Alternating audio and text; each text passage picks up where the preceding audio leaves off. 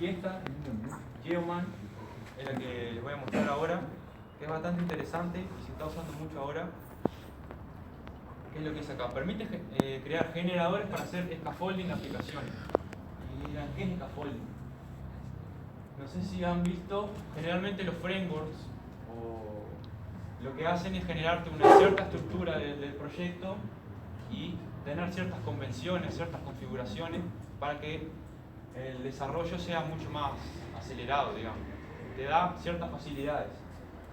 Lo que hacen estos generadores justamente es que con una serie de comandos nosotros podamos crear desde cero una estructura entera de un proyecto ya previamente configurado, como dice ahí, permitiéndonos utilizar las mejores prácticas y herramientas desde el comienzo del proyecto.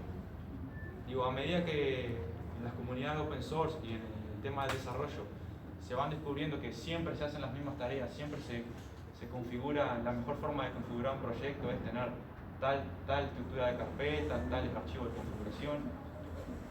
Van surgiendo este tipo de herramientas que lo que hacen es generarnos toda esta estructura, esta configuración, para que ya arranquemos con un proyecto, por ejemplo, como les mostraba, con todo este tipo de flujo de trabajo ya definido. Está muy bueno y que la verdad que te acelera un montón en el tema del desarrollo, porque no vas a tener que preocuparte por todo el tema de la configuración, de definir por tu cuenta este tipo de tareas. Digo, y la misma comunidad y los usuarios van creando sus propios generadores utilizando esta librería y lo comparten. Por ejemplo, si nosotros todas las veces que hacemos un proyecto web con JavaScript, siempre utilizamos la misma estructura de carpeta, la misma configuración. Nosotros mismos podemos crear un generador que ejecutando un comando nos genere toda esa estructura. Así no tengamos que repetir esa tarea siempre que hagamos un proyecto, tener esa configuración inicial, no la tengamos que repetir. También una de las cosas que los generadores son interactivos, digamos. Se pueden generar condiciones, digamos, de que el usuario, preguntarle al usuario si quiere usar un preprocesador, sí o no. Si dice sí, te configura todo ese tipo de tareas y ya te lo incluye. Si quiere usar, no sé, cualquier otra funcionalidad, se le puede ir preguntando al usuario y dependiendo de eso, generar la estructura del proyecto. Después, si quieren, cuando adelante les muestro algún ejemplo de esto. Está muy interesante. Después también aparecen una cosa importante, es el tema de los frameworks. Ahí les puse frameworks MV y un asterisco, porque generalmente son MVC, digamos, modelo vista controlador.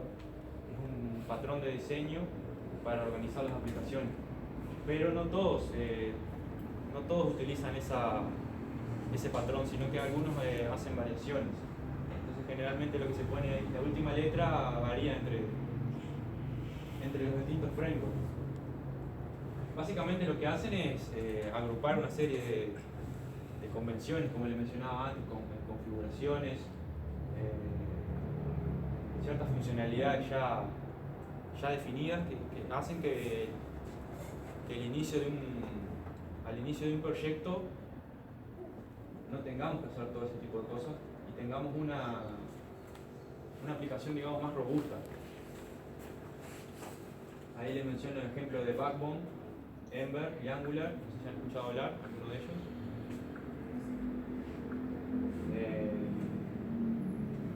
Les puedo mostrar después también algún ejemplo. Estos frameworks también utilizan para su desarrollo este tipo de herramientas que les menciono antes. Digamos que incluyen, por ejemplo, yo estoy ahora usando Ember, incluye este tipo de generadores de Geoman para automatizar ciertas tareas. Por ejemplo, la creación de un modelo, por ejemplo, que va a ser donde vas a poner, definir los datos. Por ejemplo, tenemos un modelo persona y definimos que tiene el nombre, el apellido, la edad, todo eso.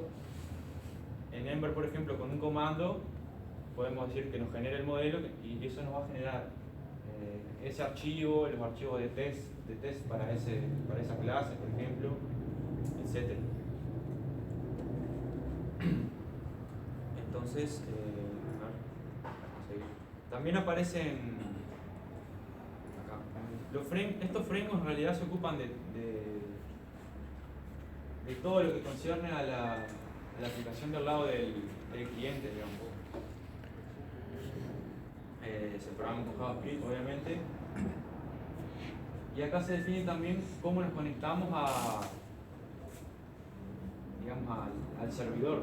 Podemos tener, por ejemplo, un servidor en PHP o en Java y con este framework hacer toda la parte, digamos, visual de la aplicación web.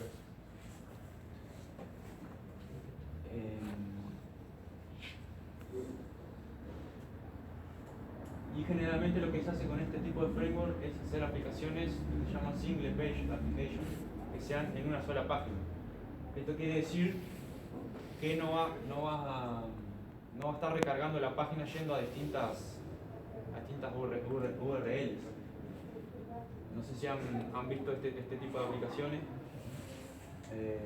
Y la ventaja que tiene es que cada vez que el usuario realiza una acción no recarga toda la página, sino que actualiza solo el contenido que es requerido. Lo que hace que sea el rendimiento mucho mayor. Porque el servidor no tiene que procesar toda una página entera para cada petición.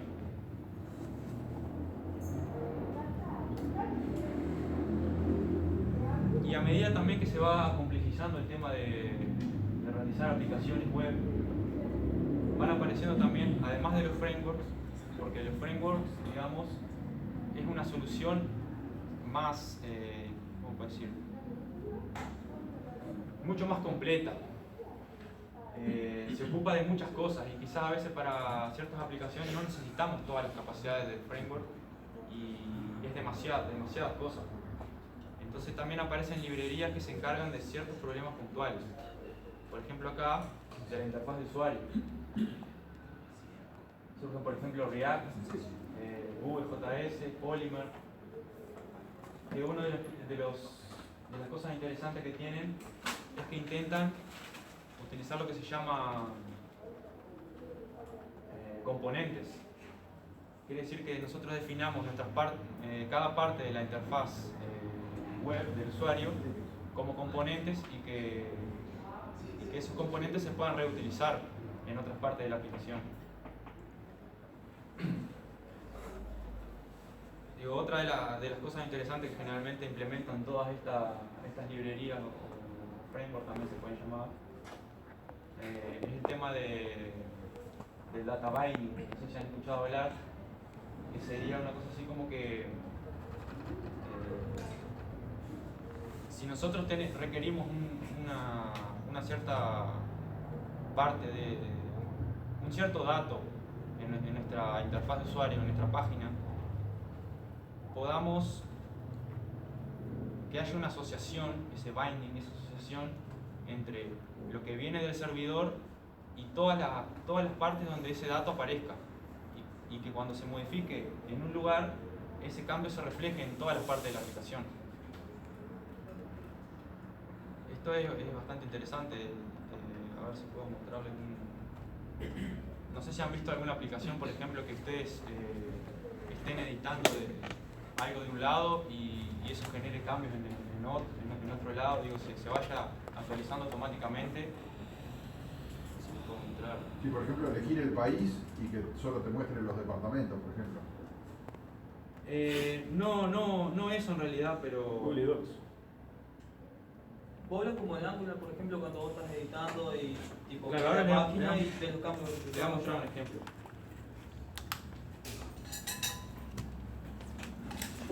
Un ejemplo de una aplicación. Esta aplicación se llama Asana, es un gestor de proyectos y tareas. Y van a ver qué tipo de... Esta aplicación, por ejemplo, utiliza React, por ejemplo. A ver si se ve bien ahí. Por ejemplo, ven acá tenemos un proyecto.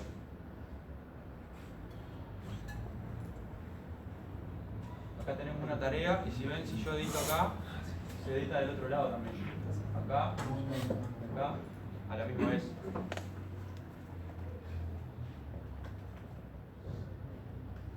Esto, digamos, acá cuando se programó esto, lo que se definió es que acá iba a haber un cierto dato, que era el nombre de la tarea, por ejemplo, y acá también. Y por ese data binding, esa asociación que hay entre los datos, cuando yo edito en un lugar, se edita en otro. Esto también es útil cuando tenemos aplicaciones que son en tiempo real, que varios usuarios estén editando a la misma vez, por ejemplo. Digamos, si otro usuario, si esta aplicación lo permitiera, otro usuario entra en otra pestaña y se pone a editar este mismo dato, yo vería que lo está editando, por ejemplo, como hace Google Docs o ese tipo de cosas. Y si ven, esta aplicación también es, lo que les mencionaba, es una aplicación que es un single page, una sola página. Si ven acá, cuando yo voy al proyecto, arriba cambia la URL, pero no vieron que se recargó, que hizo una carga acá el navegador. Sino que yo voy, cambia la URL arriba, la dirección, pero no me recargó la página, sino que le pidió al servidor que le trajera solo la parte que cambiaba de la interfaz. Digo, este tipo de aplicaciones son muy atractivas, tienen muchas funcionalidades, se pueden crear con este tipo de framework o librerías. Y lo que les mencionaba de los componentes, por ejemplo, nosotros podemos definir que un componente sea la lista de tareas, que otro componente sea cada ítem de la lista, y eso hace que sea más modular el tema del desarrollo. Si nosotros necesitamos cambiar, si usamos un componente en varios lados y después necesitamos editarlo, solo editando ese componente ya se refleja en todas las partes de la aplicación donde usa ese componente. Eso está muy bueno. Otra de las cosas que nos permite JavaScript es crear aplicaciones de escritorio. Que uno puede decir, aplicaciones de escritorio ahora en esta época, digamos, que como que no son, se está dejando de lado eso. El entorno web está acaparando más, y el móvil incluso. Pero generalmente,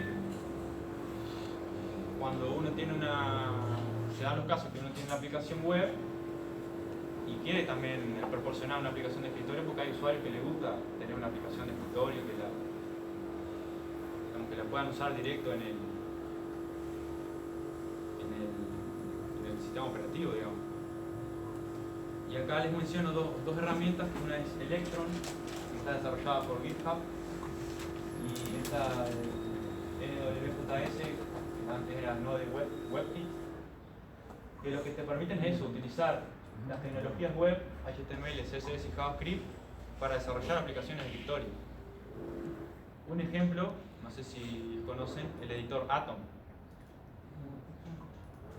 El editor de texto para programar está hecho con Electron. El editor que desarrolló GitHub justamente está hecho con Electron. Digamos, utilizar todos los conocimientos que tenías para realizar una aplicación web, lo podés volcar a realizar una aplicación de escritorio, que es multiplataforma, porque lo que te permiten estas herramientas es que esa aplicación que te genera sea multiplataforma, que lo puedas usar tanto en Linux, en Mac, en Windows. Otra funcionalidad, por ejemplo, es el tema de las actualizaciones automáticas, que puedas usar, al ser una aplicación web, también está embebida, digamos. ¿Cómo funciona esto? Lo que hace es agarrar una parte de lo que sería como hacer un navegador, como que esa aplicación estuviera dentro de un navegador que sería la pantalla de la aplicación. Por ejemplo, un Chromium, que sería la versión libre de Chrome, lo que hace es utilizar ese Chromium y Node para poder utilizar las tecnologías web dentro de una aplicación de escritorio. Si ustedes se fijan, por ejemplo, voy a mostrar Atom, por ejemplo, que es el navegador que les mencionaba.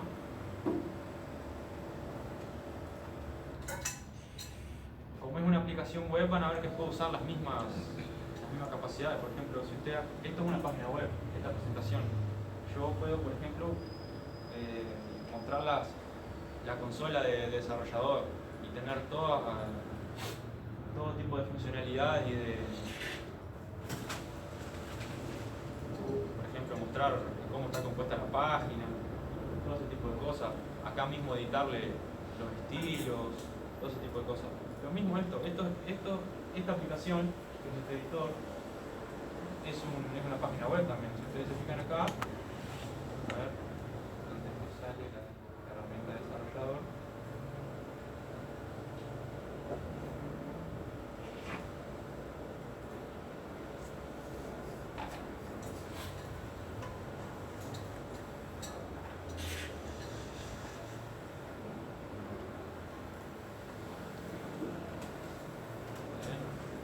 Exactamente lo mismo.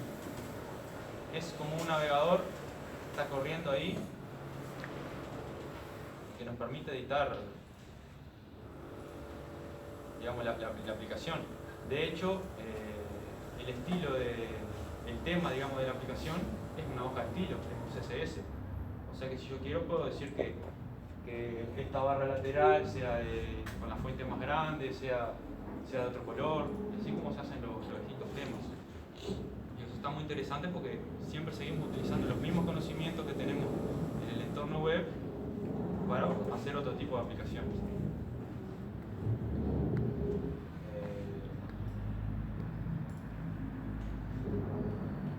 Después también otra de las cosas que surgen es distintos frameworks o herramientas para desarrollo móvil, que lo que permiten es también utilizar este tipo de librerías o frameworks para hacer una aplicación móvil. Y una de las, digamos, esta área del desarrollo con JavaScript es la que menos todavía está, la menos afianzada, si se quiere decir, pero que está cobrando impulso igual. Por ejemplo, con estos dos frameworks, React Native o nativo y Ionic. No sé si han escuchado hablar. Con React Native lo que haces es utilizar la librería React y lo que te permite es esa librería que sea más cercana a la experiencia nativa que logramos con, por ejemplo, programar en Java para Android y en Swift ahora para iOS, para Apple. Entonces, lentamente o rápido ya se va acercando a este tipo de framework la experiencia de desarrollar con JavaScript una aplicación nativa o híbrida para móviles. Y cada... El tema de la... Te cae decir, hay una pica, claro, ¿no? Generalizada entre la aplicación nativa versus la híbrida, o la web y la nativa. Claro. ¿Cómo está apuntando a qué está? ¿A la híbrida? ¿O que vos puedas hacer una aplicación nativa para... Por ejemplo, Ionic tengo entendido que es más híbrida, porque lo que hace es, vos haces una aplicación web, básicamente con Angular, y después utiliza ahí el Cordova, ese Apache Cordova, ese, para pasar ese código de esa aplicación web, pasarla a una aplicación nativa, si quiere decir. Digamos, la compila a una aplicación nativa. Esta React Native creo que va un poco más allá. Está más cerca todavía de desarrollar realmente una aplicación nativa con JavaScript. El gran tema es que si yo sé programar web y no sé programar Android, quedo fuera tengo que aprender Java para programar. Claro, en este momento ahora podrías, con este tipo de herramientas, van avanzando mucho. Una de las cosas más importantes de por qué JavaScript, pienso que deberías considerarlo mucho, una de las tantas razones, ¿no? Es que en la batalla esa que hay de los navegadores, de cuál es el mejor, quién acapara más mercado, siempre va a estar evolucionando el tema de la performance, el tema de las nuevas funcionalidades.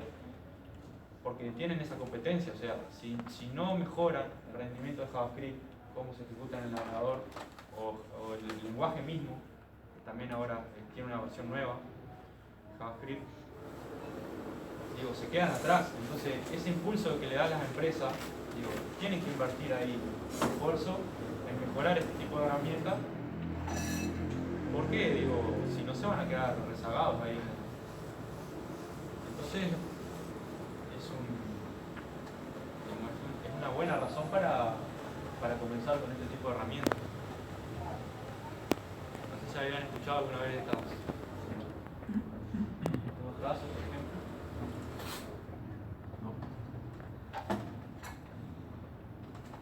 Yo tengo una pregunta. Sí. Dicen, de hace un tiempo que voy escuchando esto, lo que les voy a preguntar, de que JavaScript como que en un futuro sería el lenguaje, vamos a decirlo así, que mandaría a echar a PHP. Ya podría ser.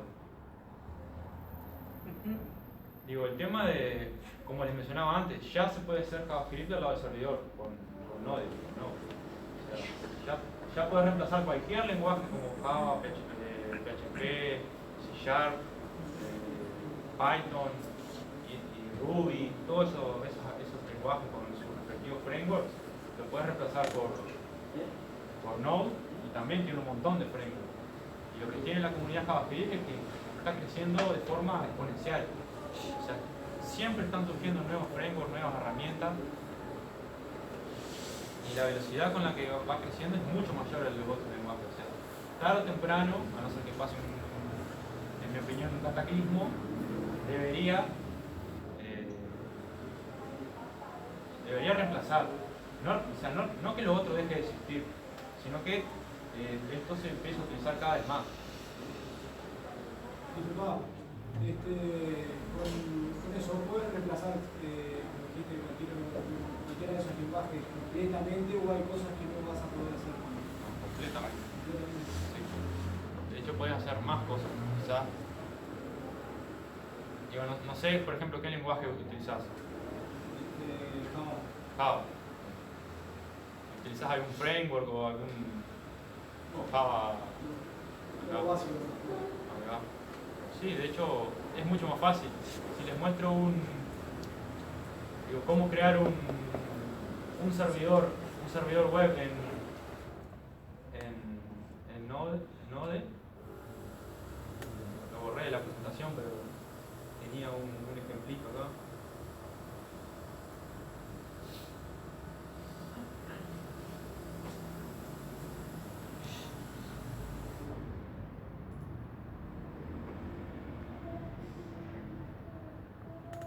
Después si lo encuentro Pero básicamente en 5 líneas de código puedes tener un servidor corriendo que acepte peticiones, digamos. Que vos le pongas una URL que vos definas ahí, /hola, y te diga hola mundo.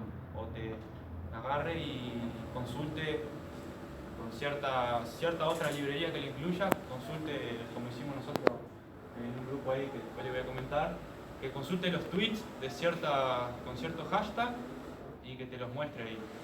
O sea, es bastante más rápido el desarrollo. Digo, sin quitar que para otros escenarios quizá Java es mejor, porque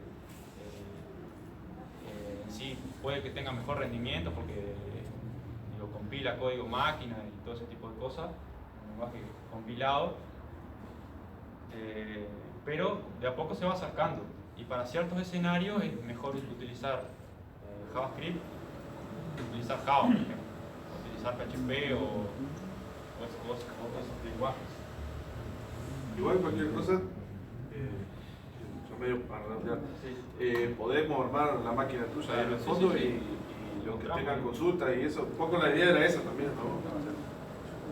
Poder Sí, ya está, me quedan 2 diapositivas. Bueno, otra de las cosas es el desarrollo de juegos, por ejemplo, y de utilización de gráficos 3D y todo ese tipo de cosas, que también encontramos que hay frameworks, que hay librerías. Acá les menciono, por ejemplo, Phaser. Este está muy interesante, es un motor para realizar juegos. que lo que tiene de particular es que